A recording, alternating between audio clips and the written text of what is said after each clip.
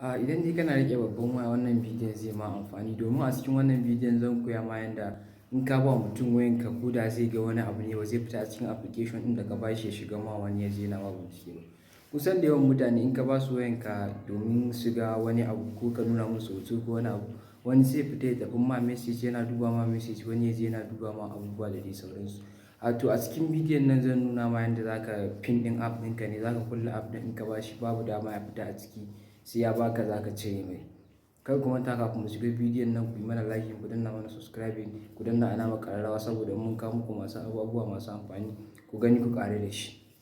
Kamar yadda kuke gani da farko in ka zo ka shiga settings ɗin wayanka kamar haka, sai ka zo nan wajen searching, sai ka yi searching ɗin pin windows.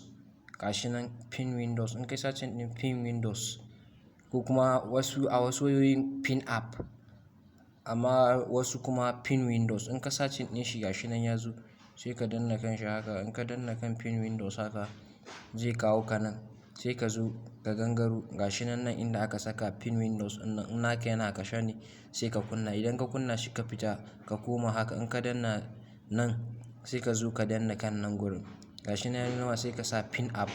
In ka yi pin app kaga ya nuno ma yanda za ka yi ka cire, sai ka danna OK.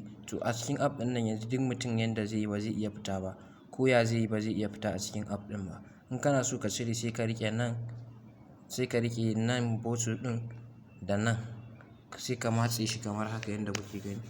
In kana so ka cire sai ka yi haka, gashi nan ya fita. To a nan za ka iya fita a wayanka ka yi komai da kake so. Kar ku manta ku danna mana like, ku yi following, mun gode.